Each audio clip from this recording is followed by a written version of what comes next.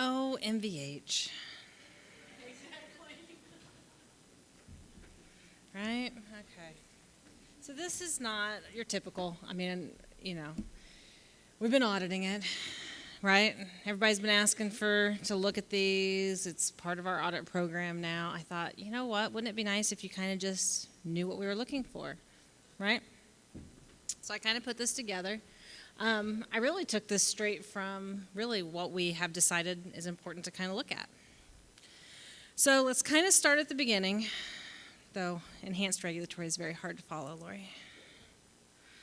All right, so again, this is before I was in this position, but we had the state examiner directive come out, which I'm having trouble locating on our website, so I am going to try and get these put back up there. I think that they're helpful to have in one area so you can kind of go see it, but I did put it on here. I know it's hard to read. Just so you guys know what came out, and what we're basing a lot of this off of, but let's just kind of get into it, okay? I got to move this little box because it's in my way. All right. No? Okay. All right. So one of the first things we're looking for is, did you actually establish the restricted fund? Right? Anybody not? Just curious. Right. Okay. So that's the first thing your field examiner is going to look at, which they're going to look to see if you established it as a subfund, and they are going to look to see if you put it in 1173 as prescribed by our chart of accounts. They're also going to look to see if you reported it separately on the AFR. Okay?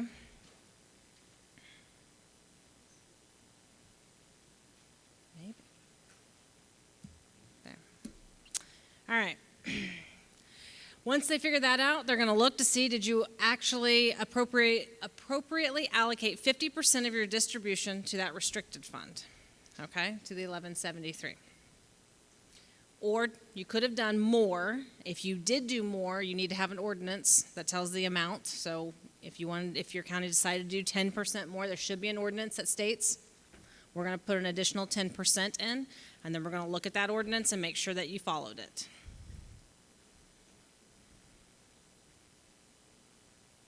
That flip? It did. Okay. We're going to look to see if there were any transfers that occurred out of the MVH restricted.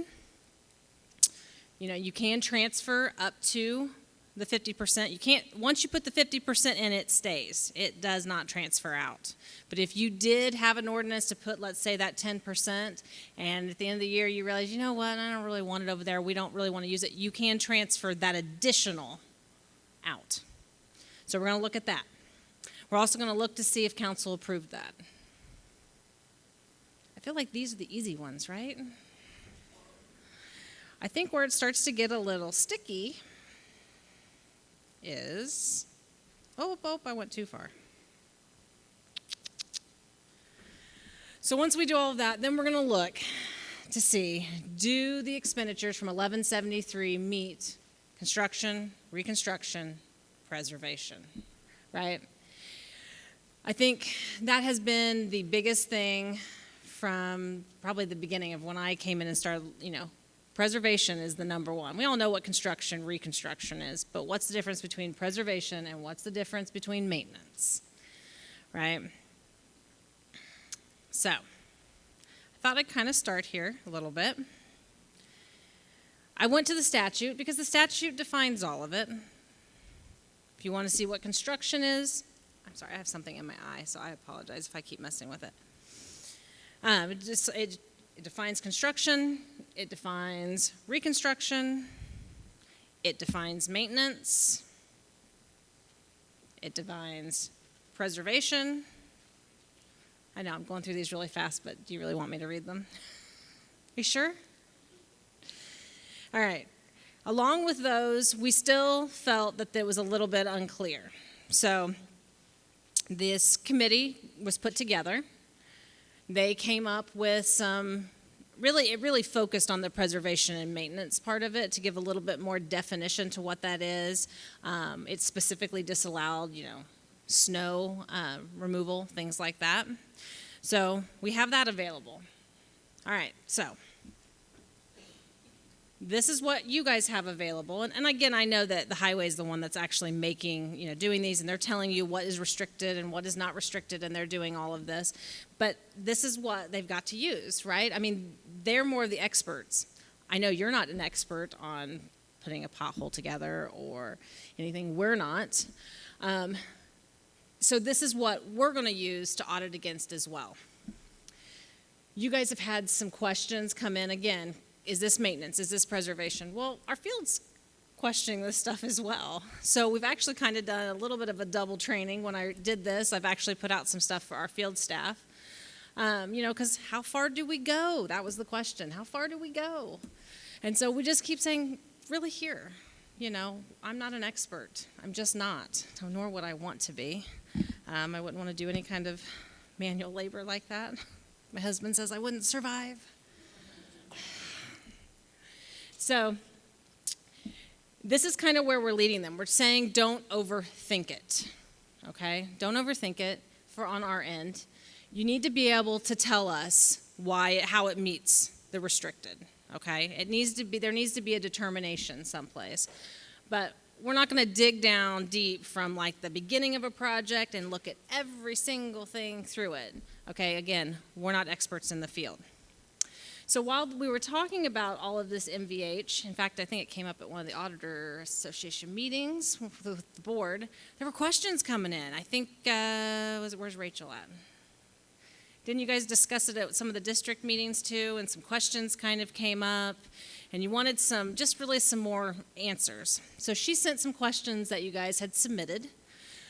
We actually took some other questions that we had received, and I just thought we'd just kind of go through them.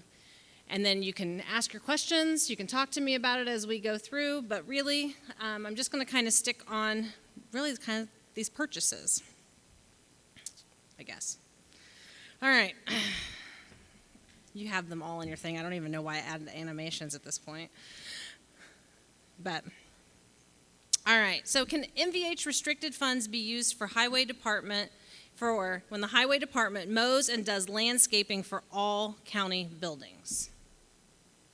Without looking at your sheets. No cheating. Everybody close your book. Okay, so no. So the mowing and landscaping at the county buildings, that does not meet construction, reconstruction, or preservation of highways, right? And you can ask any questions throughout this. All right. How about, can the highway department, if they plow the parking lots for all the county buildings? No. That was one of the, it's considered winter operations, and it was considered a maintenance activity. If you go back to that memo where we did that definition, it is strictly prohibited in there from the restricted.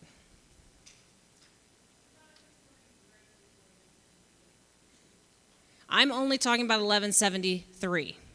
That's where your restrictions are. Okay, so your 1176 picks up your maintenance costs. Does that make sense? So if winter operations is considered maintenance, then it can be paid from the unrestricted 1176. It just can't be from the 1173. Does that make sense? Okay, why?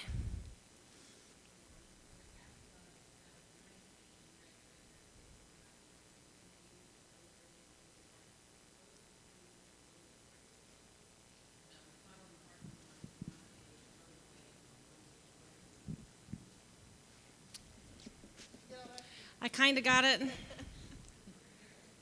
She's saying because it's a parking lot, it's not a road right-of-way or highway. Yeah, when I asked about it in 2019, you guys said no, because it's not a roadway or road right-of-way, and the MVH funds, because they come from excise tax, or not excise tax, from fuel tax, that money has to be put toward roadways and road right-of-ways. You're not wrong. I was thinking more of like materiality-wise. That's a small thing. That's like cost of doing a parking lot's probably not very much. I mean, if you were going to go out and do all the parking lots and, businesses and stuff, I would say absolutely not. things like that. If it was a small parking lot, I mean, I don't think we're going to take audit exception to that, as long as, the main goal is the highways, obviously. But, you have to get in and get those plowed too. So now, the county could pick up the cost on that. I mean, if you were doing, I don't know how, I mean, some of your bigger counties, if you've got lots of buildings and that's really time consuming to do all those parking lots, then you probably want to allocate that properly and not pay from it all from MVH. Well, what I was told is if the highway department does do that work, they can invoice the county for the work, and if they're repaid, then it's fine. Yeah. But they can't just go out and do landscape, and plow and chip seal the parking lot, and because it's not on a roadway or road right away. For are you saying for a school? I'm sorry, I'm missing half of what you're saying. For county buildings. A lot of our counties, commissioners and council like to have the highway department take care of all that stuff so they don't have to pay somebody else to do it. But that's technically not what the MVH funds are for. Right. You're not wrong, and we've got some of these questions coming up. Okay. So you're kind of skipping ahead a little bit. So let's just stick with snow plowing on this one. Anybody else? Okay. All right, so what about the highway department making signs for some of the parks in the county?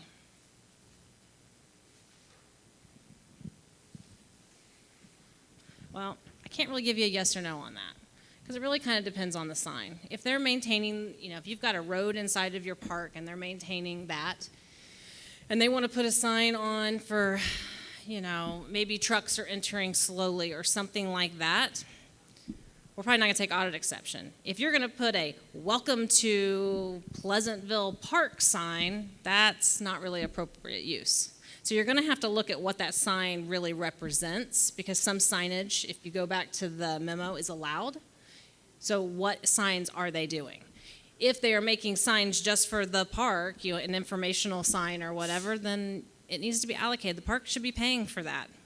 Okay, so maybe that cost needs to be allocated from maybe some of the park funds.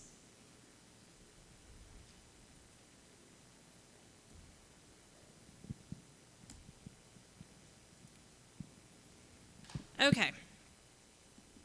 This kind of came from someplace else, but so the highway department is purchasing 4 triaxles of stone to be used for an upcoming road construction, reconstruction, and preservation projects through the summer. So it's before summer hits, the highway department's looking at all the projects. I don't know if you've ever bought triaxles worth of stone, but they keep going up in price. And so they decided, we can get 4 triaxles that are going to last us all summer for these projects. We're just going to buy it all up front. We're going to store it, and we're going to use it for our highway projects. Can they pay for that upfront cost with MVH restricted funds without cheating? Yes. So the question came in from us was, well, shouldn't it be assigned to a project?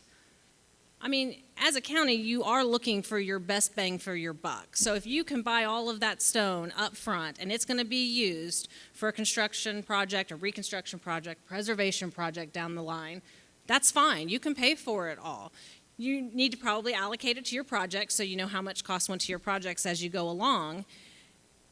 But we're not going to take audit exception to that. Now, saying that, if you over-purchased and you bought enough that you've got left over in your park calls, we're picking on parks today, by the way, and your park calls and says, you know what, you've got all that stone sitting over there, and I want it put in this landscaping over here. Then you need to allocate that cost out of the MVH, and you need to move it to the park. Does that make sense? So you really kind of need to be, when purchases are being made, if the whole plan at the beginning is this whole thing's going to be used for a project, okay. You got that documented right there, that's what it is. But as you go along, if it doesn't all get used for that and it gets used for another county purpose outside of a highway maintenance, I don't want to say maintenance, maybe change that word, highway preservation, then it needs to be allocated to whatever department is using it. Basically, the highway shouldn't have to pay it, shouldn't it? highway department shouldn't have to use NVH funds to pay for all this additional stuff that's not part of the highways. Any questions? If you needed a small amount of stone for something, it doesn't make sense to have somebody else deliver stone, have the delivery costs, and have all that crap expense when you can allocate a small amount from something you already have with your own equipment and save the county money. Right. Yeah. But you got to do the allocation. That's the important part, is to do the allocation. I think when the question came in, it was really, should it be allocated to a specific project? And while eventually it will be, hopefully, allocated to a project, I mean, I completely understand how you're planning. I mean, I'm assuming that they are planning it's not just on the fly. Okay, well, you know what? This week we'll do that road, and next week we'll do that road. I mean, they have to have a plan for their summer, right? What roads they're going to shut down. And if they're thinking that cost ahead, I'm going to save some money here, and we're going to buy all of that up front. I mean, it makes sense.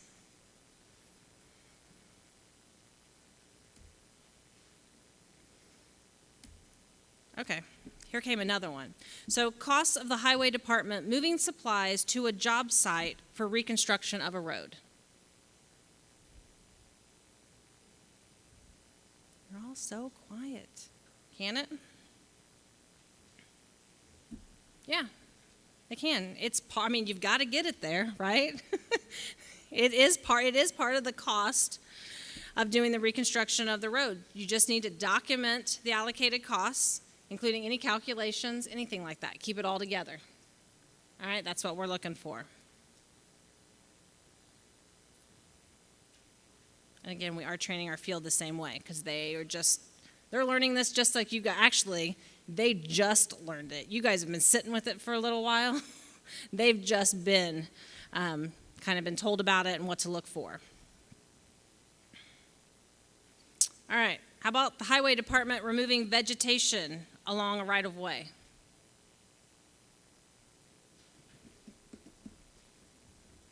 Huh? I heard a no. Who said no? Nobody's gonna. I heard it over there. I'll just call you out. Yes. If you look back at that memo, it's defined in there as preservation. If it's vegetation. So big things hanging over into the street, things like that, not mowing. You raised your hand. You can't take it back now. I'm just as fun here as I was last night, by the way. Evidently not. Apparently not, because you were just hamming it up with me last night. Like you said, I just got done with my audit. So who I had was great. You guys were great.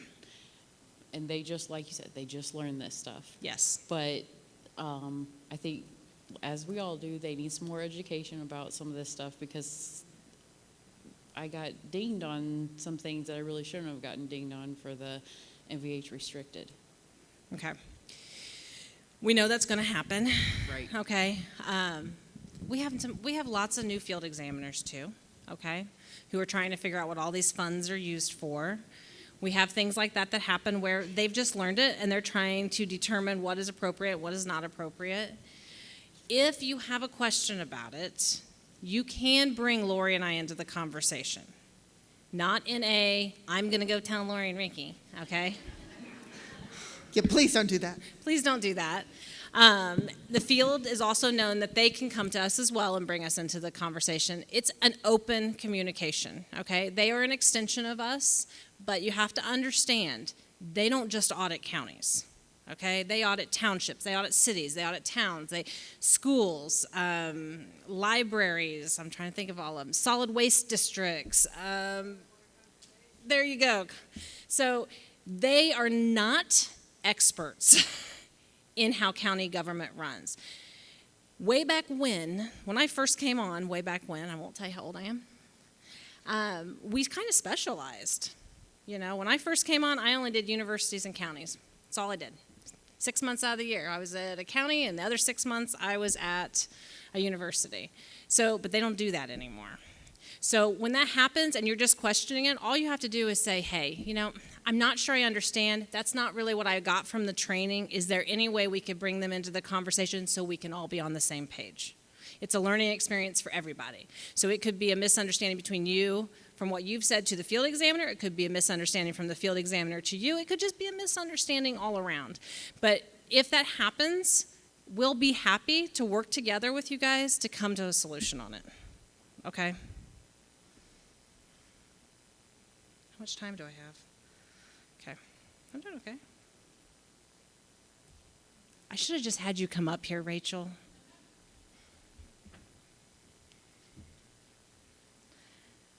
All right. Now this question came through, and I may have you clarify it because it was one thing that Rachel had sent me. Grant matches in its entirety. The way I read this was, could NVH restricted just be used as grant matches? Nothing else, right? So I didn't understand that properly. I had to read that a couple times because I wasn't quite sure exactly. Okay. So in this case, it's not a yes or no, it would depend. You only can use it for grants that qualify for construction, reconstruction, and preservation. Those three will always remain, okay? So, like we know that Community Crossings grant qualifies. So you need to look at the grant. What is the project for? Does it meet this definition? If it does, matching is a possibility. I'm never going to tell you yes for sure because sometimes grant agreements themselves have certain language in them, okay? So you're going to have to follow that grant agreement. If you don't know, call us, okay? And I've said, hold on a minute. I can't, it comes up and then it disappears. Is that a question, Zach?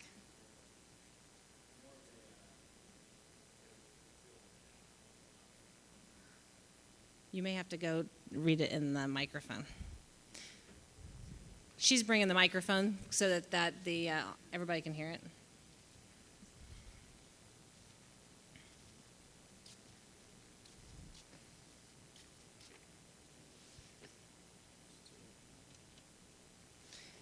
Zach, you could read it in the microphone. It's fine. Which one is it? This was a comment. That's a question. Okay, this may already be in the works, but I hope you are considering putting together a webinar series detailing the overview you just gave of the enhanced regulatory AFR. Oh, that's not on this. Okay. We purchase rock in bulk, and the majority is used for preservation, so we would pay for them for $11.73. But if we would need to do something for maintenance, how would we allocate it to $11.76? But you said we couldn't transfer to $11.76 from $11.73, so how do we allocate it? Oh, that's right. You can't transfer. All right, so how do you allocate? So how much are you using for the project? You're going to have to figure out how much the stone that you have purchased, that you use, and you're going to have to figure out the formula that allocates that. I mean, that's how that is. If you paid from it all from $11.73, and then you use some of it for park landscaping, let's say, because poor parks, you cannot transfer the money, but you can move the expense. You understand the difference there? You're not, when you transfer, you are taking cash and moving it to another fund. When you are moving the expense, you're saying, I'm not paying this expense from here. That was wrong. I need to pay the expense from here. There's not a movement of cash. Questions? Clear as mud. Okay. Hopefully that answered that. I did want to mention one other thing on this grants. And I know that in the spring we talked about grants. We talked about the CFA and all that information you need to get. If you call with a grant-specific question, can you include the grant agreement, please? We really can't tell you without seeing a grant agreement a lot of things, okay? Each grant agreement is pretty specific in itself, and so that really helps us when you go to ask us a question about it, okay? All right, so outside of that, I did have a couple, I only got 3 minutes. Couple additional questions. Can right-of-way permit fees be receipted into MVH, or do they need a separate fund? Also, what can these permit fees be used for? Does anybody collect right-of-way fees? I know of a couple. Was that you? Okay. Poor Rachel. You can come sit right here. Okay. So a right-of-way permit fee is not a statutory fee. If you are collecting a right-of-way permit fee, you should have an ordinance that outlines the fee that you are collecting. If you are collecting that fee and you want to put it into MVH, we're not going to take audit exception to it. It does restrict it a little bit. So if you want to do a separate fund, you can do a home ruled fund for that fee. You would put it in its own separate fund, but the uses of that fee need to be defined in the ordinance like any other home ruled fund. I guess I could have put that there. Now, the fee would go in 1176 too, by the way, not 1173. Did that answer it? I'm just going to stare at you the whole time. Well, now I'm wondering if all the questions came from you. No, I'm just kidding. Take it as a compliment. Does anybody have any questions about that? All right, I think this. Okay. Can highway departments do jobs not related to roadways or road right-of-ways? Do you? I'm not sure. So, yes, they can, though their time needs to be allocated properly. Okay, so if they are not doing work and the county wants to save money and have them work on another project, that's fine. But again, that's not an MVH. So if they're doing something in the park, then it would need, look, I even used them here. They're mowing in the park. So don't tell your park people that I was picking on them.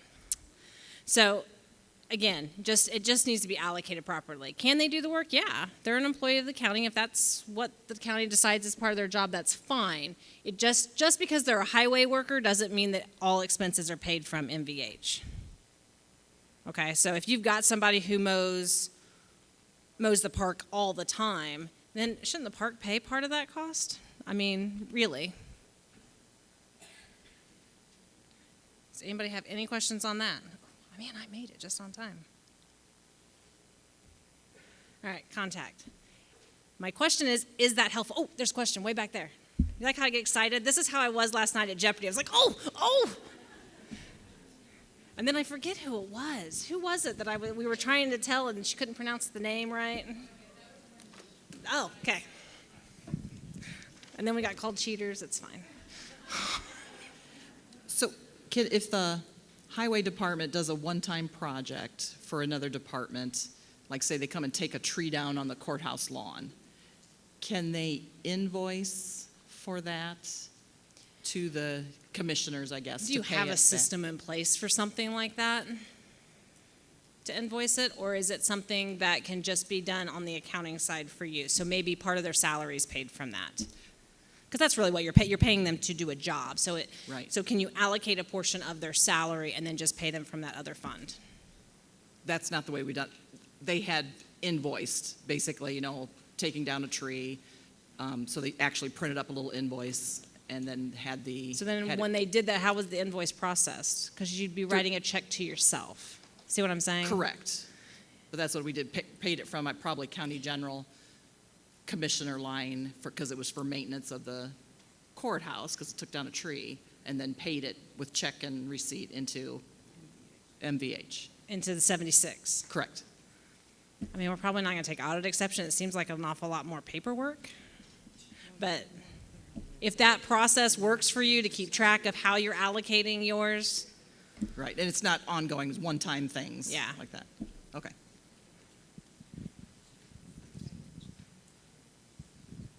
Okay, I have a question on her question. So if you, like you said, if your system allows, you can just like pay the person from whatever fund, but that wouldn't be on the salary ordinance. So then what, you amend the ordinance saying that they earned some money from 'Cause your commissioners salary- even than your their salary highway? ordinance has like the per fund and all of that. It'd be something you may need to consider. So if that's what, if they've been doing work for some other department, Uh-huh. that probably should be considered when you're doing your budget and your salary ordinance to begin with. Okay.